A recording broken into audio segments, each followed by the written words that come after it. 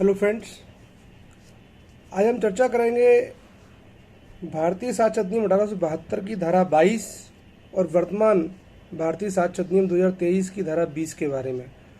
दोनों ही धाराएं बिल्कुल समान हैं, केवल अंक 20 और 22 का अंतर है। बस जो भारतीय साक्ष्य अधिनियम 1872 की धारा 22 में था वह आज भारतीय साक्ष्य अधिनियम 2023 की धारा 20 में है।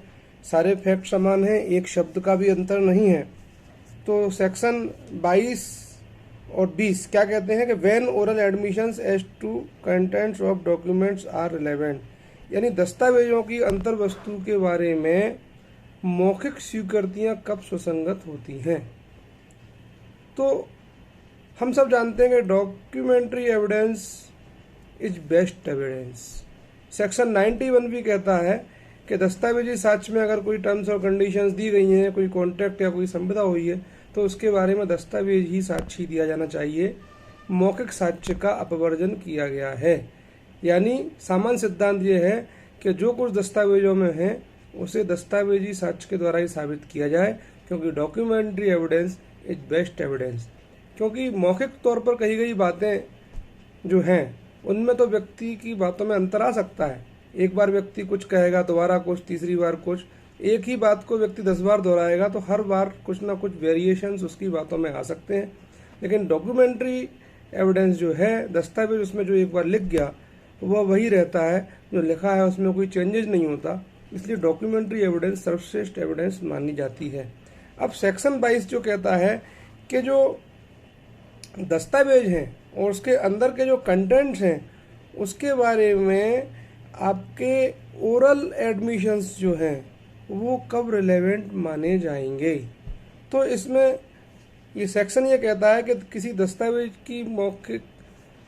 की अंतर वस्तु के बारे में मौखिक स्वीकृतियां तब तक सुसंगत नहीं होती जब तक कि उन्हें साबित करने की प्रस्तावना करने वाला पक्षकार यह साबित ना कर दे कि वह जो दस्तावेज है उसकी अंतर्वस्तु के बारे में वह द्वितीयक साक्ष्य देने का हकदार है या उसका असली होना प्रश्नगत ना हो। यानी सिर्फ दो कंडीशंस हैं। वह व्यक्ति जो यह प्रपोजल करता है कि भैया हमें इसके बारे में मौखिक स्वीकृतियां देनी है, तो उसको सबसे पहले दो बातें साबित करनी पड़ेंगी कोर्ट के अंदर। पहली ये कि वह उसके सेकेंडरी एविडेंस देने का राइट रखता है, और दूसरा ये कि यदि उस डॉक्यूमेंट का ही अगर असलियत के बारे में विवाद है, वो डॉक्यूमेंट के ऊपर ही प्रश्न चिन्ह खड़ा हुआ है कि ये डॉक्यूमेंट असली है नकली, केवल उसी कंडीशन में उसके बारे में ओरल एविडेंस दिए जा सकते हैं। ओरल स्वीकृति जो है वो रिलेवेंट हो जाती है। अब हम सेक्शन 64 जो पढ़ते थे भारतीय साक्ष्य अधिनियम 1872 का, वो वर्तमान भारतीय साक्ष्य अधिनियम 2023 की धारा किसमें है? 59 में है। यानी 59 वर्तमान 59 और पुरानी जो धारा 64 क्या कहती है कि दस्तावेजें जो है वह प्राथमिक साक्ष्य के द्वारा साबित की जाएंगी तस्मिन् पश्चात वर्णित अवस्थाओं के सिवाय। यानी जो अवस्थाएं दी हैं उनके अलावा, जो सेक्शन 65 में जो अवस्थाएं दी हैं उनके अलावा जो डॉक्यूमेंट है उसको प्राइमरी एविडेंस के द्वारा ही साबित किया जा सकेगा। यानी सेक्शन 65 क्या कहता है, कब सेकेंडरी एविडेंस दे सकते हैं हम डॉक्यूमेंट के बारे में? जब वो दस्तावेज खो गया है, नष्ट हो गया है, मिल नहीं रहा है, या विरोधी पक्षकार के कब्जे में है ना। वो सारी कंडीशन सेक्शन 65 में दी है। जो हमारा भारतीय साक्ष्य अधिनियम 1872 की धारा 65 थी, वह वर्तमान हमारा जो भारतीय साक्ष्य अधिनियम 2023 है उसकी धारा 60 में दिया गया है वह अवस्थाएं जिन कंडीशन में आप डॉक्यूमेंट्री एविडेंस दे सकते हैं। तो कहने का तात्पर्य है कि सेक्शन 22 में अगर कोई व्यक्ति किसी डॉक्यूमेंट के बारे में ओरल एडमिशंस का एविडेंस देना चाहता है तो उसको बताना पड़ेगा कि सेक्शन 65 की जो अवस्थाएं हैं, सेक्शन 65 की जो कंडीशन है वह एग्जिस्टेंस में है, और सेक्शन 65 या वर्तमान बीएसए का सेक्शन 60 के अनुसार वो सेकेंडरी एविडेंस देने का हकदार है। राइट उसका सेकेंडरी एविडेंस देने का क्रिएट हो चुका है। उसी कंडीशन में वो डॉक्यूमेंट के बारे में ओरल एविडेंस दे सकता है।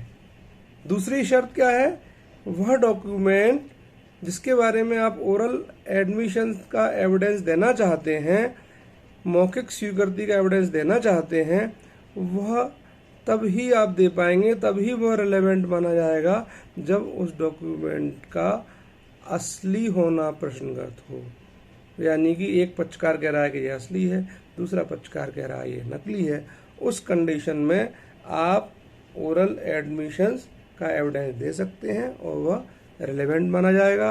बहुत बहुत धन्यवाद। मैं उम्मीद करता हूं कि ये सेक्शन आपको पूरी तरह से समझ में आ गया होगा, और जो लोग भी मेरे इस वीडियो को देख रहे हैं उनसे विनम्र निवेदन है कि मेरे चैनल को सब्सक्राइब करें, वीडियो को लाइक करें, बेल आइकॉन पर क्लिक करें ताकि मेरे नोटिफिकेशंस आपको बराबर मिलते रहें और मेरा उत्साहवर्धन हो सके। बहुत बहुत धन्यवाद। Good night.